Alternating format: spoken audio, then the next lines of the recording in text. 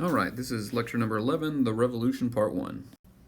So, the Second Continental Congress will meet in Philadelphia on May 10th, 1775, and the most important thing they're going to do, as it points out, is elect George Washington. Now, it says the choice was made with several misgivings. Even though, in hindsight, he was the best choice, right? There were still questions about was he the right guy for the job. He never rose rank above the rank of colonel. His largest command had only been 1,200 guys. It says right here he would actually lose more battles than he won. Now, this is actually probably part of his strategy, right? As I pointed out in class, the main thing for armies that are defending, right, is to force the other army to quit. And so Washington famously read about the battles of the Punic War, the Romans versus the Carthaginians, and the famous Roman leader by the name of Fabius Maxus Verrucosus Cunctator, I guess. Basically, it meant delayer, right? Because this guy was considered the father of guerrilla warfare slash putting his army in the field, but making the other army chase him around so that he could grow stronger and eventually weaken his opponent to the point where he could defeat him. Washington's goal is going to be to weaken the British, or stay in the field, I guess is a better way to think about it, until other European powers, the rivals of the British, come in to help. He was an outstanding leader. He radiated courage and self-discipline. He served without pay, but he did, however, keep track of everything, keep track of his expenses, meaning that he probably charged the government for that. So with Lexington and Concord going on, right, and skirmishes in Boston about to take place, he'll be voted as the supreme commander of the army. The gradual tempo of war increased, right? Benedict Arnold and Ethan Allen are going to capture Ticonderoga and Crown Point in upper New York. This will be important as we move towards their sort of foray into Canada. And also, colonists are going to seize Bunker Hill. The Battle of Bunker Hill will be famous, right? The Continentals will take actually Breed's Hill, even though it's called the Battle of Bunker Hill, and hold it from the British for a considerable amount of time.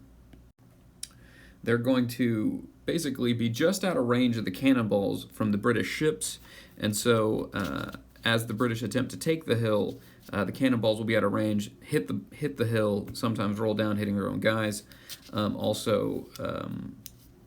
They're going to be the Continentals are going to be on the hill firing upon the British until they run out of ammunition, and so it'll turn to hand-to-hand combat, and eventually they'll be driven from the hill. But the losses are something like, for every one colonial that it's killed, there's 5 or 6 British that are killed. And so somebody actually makes the famous phrase that says, "We may have lost, but if every loss is that dearly to the British, then we'll win the war," kind of thing.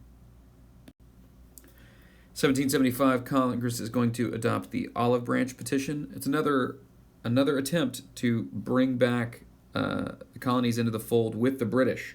But as it says right here, King George will not hear of it, right? And he'll slam the door on all hopes of reconciliation.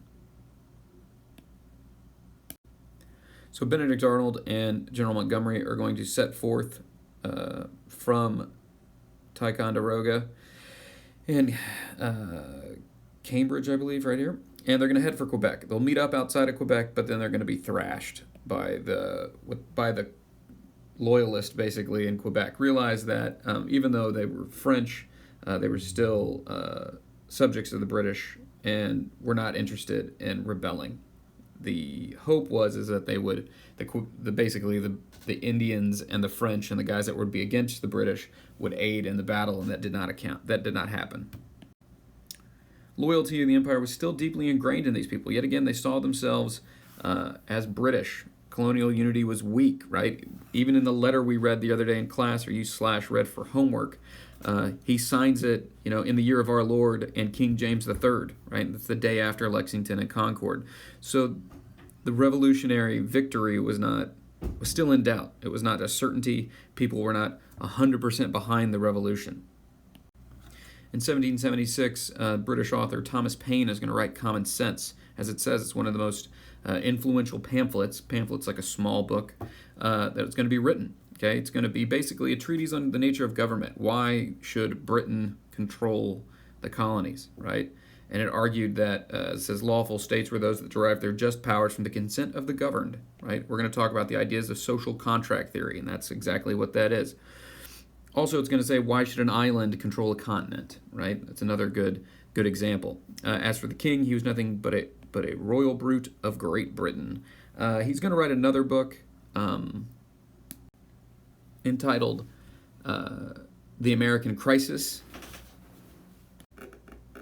And this will come out actually during the Revolution and has one of the more famous lines. These are the times that try men's souls. The summer soldier and the sunshine patriot will in the crisis shrink from the service of his country. But he that stands it now deserves the love and thanks of man and woman. This is going to be read at Valley Forge in the the doldrums of the winter where guys are dying and deserting. Paine is really going to be the sort of poet of the Revolution to an extent. Now, Paine will go on to be despised in his home country. He'll go to write some stuff about the French Revolution and then eventually die relatively broke and despised, as I was pointing out. Yet again, not in the United States.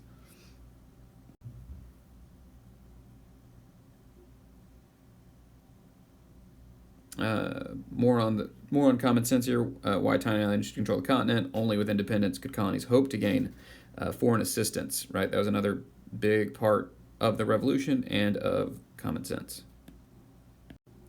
June 7th, 1776. There's going to be a movement now towards a Declaration of Independence. Even though we don't think about him as much, Richard Henry Lee here of Virginia is going to be incredibly important, right? He's going to be one of the more elder statesmen of the colony of Virginia, even though we think of Thomas Jefferson. And he's going to say these united colonies are of right and ought to be free and independent states. And the motion was adopted on July 2nd, 1776. So, an inspirational appeal was needed to enlist other British colonies, right, and foreign nations, and hopefully to get everybody fired up at home. Now, the task is going to come to Thomas Jefferson, right? And Jefferson was going to be the perfect guy for this. Jefferson hated standing up and speaking in public, right? But he loved writing, and he was very eloquent with the way he wrote. And he was known for his revolutionary zeal from other stuff that he had written, kind of about how there's this state of nature and Anglo-Saxon society and all this sort of stuff, which we're not going to get into in class. But understand that Jefferson fully believed in this revolutionary moment. And he's going to write the Declaration of Independence, and eventually it's going to get picked apart by the Congress, and he's not going to like it. But what comes out of it is a very concise document, which will entail all the problems that the colonists have and why they're declaring independence. All right, so it points out that the Declaration of Independence, right, is formally approved on the 4th. In actuality, the way it all went down was Congress voted on it on the 2nd, right? And then in turn, they started writing it on the 3rd and was formally approved on the 4th. John Adams actually wrote to his wife, and he said, the 2nd day of July, 1776, will be the most memorable epoch in the history of America, right? So he thought the 2nd was going to be the famous day, but it's really the 4th that gets celebrated. And in actuality, most of the signatures didn't come until August 2nd. But nonetheless, right, this is going to have universal appeal, as it says right there, by evoking natural rights. Yet again, we'll talk about this when we look at social contract theory. Argued that just because the king had flouted these rights, the colonists were justified in cutting ties.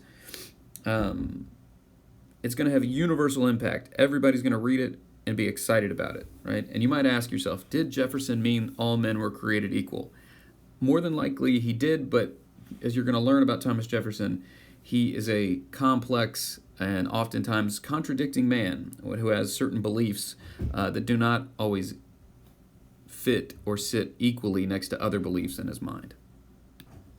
So, with the war now full swing, you have the loyalists who are going to be loyal to the king, right? And they are going to be referred to as Tories, which was the dominant political faction in Britain and the supporter of the king. Their party supported the king in Britain. Well, you're also going to then have the Patriots, who are going to be the rebels in the eyes of the British. and oftentimes called Whigs because the Whig Party, which was the minor party in Britain, disliked the king. We're going to see the Whigs pop up again when we get to Andrew Jackson because they're going to be a party that forms itself as opposition to Jackson, who they saw as a king. Some information on the Loyalists included Anglican clergy. Virginia was a notable exception to this. King's officers and beneficiaries, that's probably obvious, right? About 16% of the people. Aristocratic New York and Charlestown had Loyalists. Remember, we talked about how in the South they think they're going to have a large Loyalist population. Rebels, most numerous, were Presbyterianism and Congregationalists. So not necessarily Loyalists, but the rebels, right, were made up of Presbyterians and Congregationalists. So if we think about what state would have those, right, it would have been Massachusetts.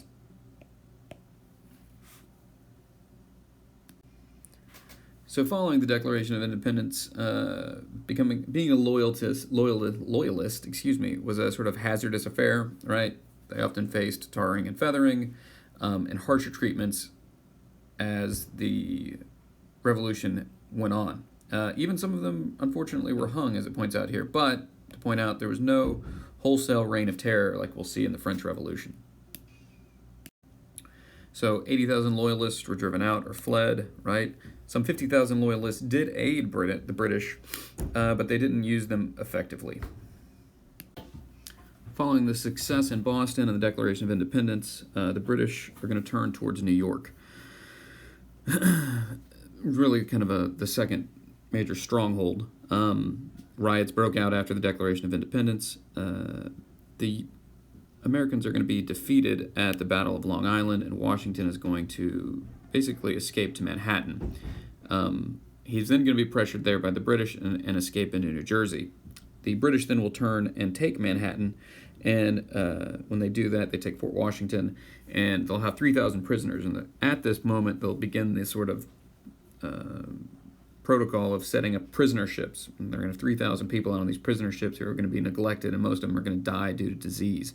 So more people actually, I think, die in the ships than actually in the revolution itself. Eventually, Cornwallis is going to chase Washington through New Jersey, and Washington is going to cross the Delaware River. And when he crosses the river, Howe, that overall general, tells him not to cross because it looks very bleak for the Continentals at this point. And this is going to be when Thomas Paine actually writes those famous words that I said are going to be read at Valley Forge in American Crisis. Now, eventually, in the middle of the night on December 26th, they had originally crossed on December 7th, so just FYI. They're going to recross the Delaware River at Trenton, the famous surprise attack against the British, and capture 1,000 Hessians. There's the age-old myth that the Hessians were, hung over from the night before from partying for Christmas. More than likely, that's a myth. A week later, he defeated a small British force at Princeton, and these two life-saving victories revealed the old fox Washington at his military best. Now, this is going to set the stage for a few more victories to get then other Europeans involved in this battle. You see here the citizenry knocking down over a statue of King George. So the British basically are going to want to cut off Massachusetts, right, from the rest of the colonies. And what they come up with is this sort of three-prong attack. They're going to come up from the south, they're going to come down the river, and they're going to come from the east, okay? The problem's going to be is that Howe is going to get held up trying to he takes Philadelphia. So that's one prong that doesn't come in, which allows Washington to escape. Also, Burgoyne is going to get held up as well. Here's the famous picture from the crossing of the Delaware. Should have, I guess, been a couple slides earlier. Now, the British did not recon with General Arnold, came along St. Lawrence, right? They're going to be destroyed. Without Arnold, the British would have taken Ticonderoga. And it says if Burgoyne could have started farther, he would have been successful. Burgoyne is going to make a lot of poor decisions and be defeated at the Battle of Saratoga. So Washington transferred his army to the vicinity of Philadelphia. There's a defeated there. He was defeated yet again by two battles, Brandywine and Germantown. Howe, as I said, is going to take Philadelphia, and Washington is going to retire his troops to Valley Forge. Now, Burgoyne is going to take this very sort of roundabout way. There's going to be sort of several battles that lead up to Saratoga where they're going to take the Continentals are going to take the high ground and really hem in Burgoyne, so he really can't get anywhere. It talks about how he's trapped or surrounded. And this is going to lead General Gates to defeating Burgoyne and having him hand over his sword on October 17, 1777. Gates now will be a political / maybe not political, but a career-minded rival to Washington. Is actually going to be writing the Continental Congress to say, hey, you need to make me in charge because I'm making things happen. So it's sort of a tough situation right now in the Revolution, right? Washington is keeping his guys together, but they're getting pounded, okay? He's going to retire to Valley Forge to settle the winter, and it's going to be a hard winter. Also now, you have the victory at Saratoga for the Continentals, right? Horatio Gates is for the Continentals, but he's going to put pressure on Washington. Now, with the Battle of Saratoga, okay, the most important thing out of this is going to be European support, okay? So what's going to happen is we're going to look viable, and since we look like a viable thing to back, the French are going to come in. Other European powers are going to come in with supplies and troops and really military advisors to help drill our troops as well. So as it says right here, Saratoga ranks as high among decisive battles of both America and world history, right? The victory revived the faltering colonial cause. Even more important, it made possible the urgently needed aid from France and helped ensure American independence. Here's a map, right? You can see all the stuff we talked about up here, basically. And really, the war gets broken down into two phases. The first phase in the north and the second phase in the south. And there's the sort of frontier western phase over here. So France's role in the Revolution, they're really wanting to stick it to their rivals, right? They wanted to regain that prestige. The U.S. was really kind of uncertain about international things. They just knew they wanted to be independent, right? And they wanted to get rid of these things that the British had sort of lumped onto them. So they began to send diplomats to other countries, and they're going to send Ben Franklin to Paris, and Ben Franklin is going to be the talk of the town. He's really going to play it up. He's going to wear a coonskin hat. He's going to be very folksy in Paris to people, and really be a great diplomat, though, and he really kind of needed the touch of a Ben Franklin. We're going to see when we send John Adams, it's not going to work the same way. But Franklin will become very popular, and he'll get done what we need to establish a treaty with the French to fight this war with their aid. Also, the British are realizing this is going to be a more difficult situation, so they're going to basically agree to all the stuff that we wanted before the Revolution, which, of course, at this point, we turned down. There's Franklin in his coonskin cap. So, as it says, they essentially got what they had asked for, except for independence, right?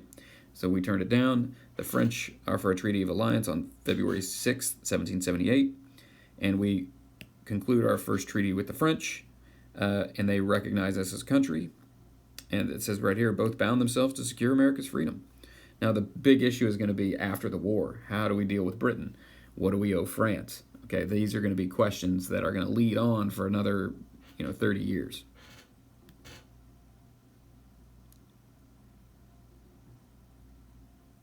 So, in 1779, the Spanish and the Dutch are going to enter. And it says, weak maritime neutrals of Europe began to demand their rights. So groups of countries like, say, Russia, right, what becomes Germany and Italy and places like that, started this armed neutrality. They didn't like the fact that they had kind of been bossed around by the British for so long, and now they saw the British as down, and so European neutrals in an attitude of passive hostility towards Britain. So it's going to be tough now for Britain. So here is the sort of matchup, right? You have Britain and her allies, and then you have us, basically the guys we think of as actually invested in the war, and then these armed neutrals that were kind of sick of being treated the way they were by the British. So the British had to fight in Europe and North America as well, South America, the Caribbean, Asia. Americans deserve credit for keeping the war going until 1778, right? And their independence not achieved until conflict became a multi-power war, too much for the British to handle. So in 1778, 1773, the French provided guns, money, and equipment for these armed forces. So we'll look at the Marquis de Lafayette. Washington kind of saw him as his son that he never had. He adopted him, I believe. And he and the French are really going to turn the tide in this war. Okay, and now it's going to move into that second phase, as I pointed out, and it's going to head south. So France's entrance into the war forced the British to change their basic strategy. They had counted on blockading the colonial coasts, but now there was a French fleet that could help. The British decided to evacuate Philadelphia and concentrate their strength on New York City. They'd remain in New York City after they captured it from the retreat of Washington through the entirety of the war. In June 1778, the Redcoats were attacked by Washington. The battle was indecisive, and Washington remained in the New York area.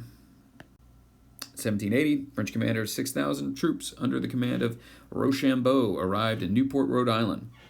In 1780, Benedict Arnold turned traitor.